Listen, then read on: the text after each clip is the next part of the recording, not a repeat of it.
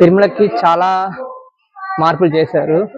ఎందుకంటే నేను 2 years back వచ్చిన దానికి ఇవాళ వచ్చిన దానికి చాలా తేడా ఉంది. అలిపిరి మెట్ల దగ్గర అయితే నడక దారి వెళ్ళే వాళ్ళకి టికెట్లు క్లోజ్ చేసిండు, అంటే ఇవ్వట్లేదండి, ఆఫ్ చేసింట పూర్తిగా. సో శ్రీవారి మెట్ల వైపే ఉంటుంది, అది కూడా ఒక టైం కేటాయిస్తారు, ఆ స్లాట్లోనే వెళ్ళాలి. లేదనుకుంటే ఈవినింగ్ 5కి ఇస్తారంట. మళ్ళీ టికెట్ లేని వాళ్ళేమో వైకుంఠ ద్వారం 2 వైపున, అంటే ఫ్రీ దర్శనం వైపు వెళ్తే అక్కడ దర్శనం అవుద్ది. కానీ ఆ దర్శనం ఎంత టైం పట్టదో తెలియదు. ఫ్రీ దర్శనం టైము 1 day పట్టచ్చు, 1.5 day పట్టచ్చు. సో వచ్చేవాళ్ళు కొంచెం ప్లాన్గా రండి.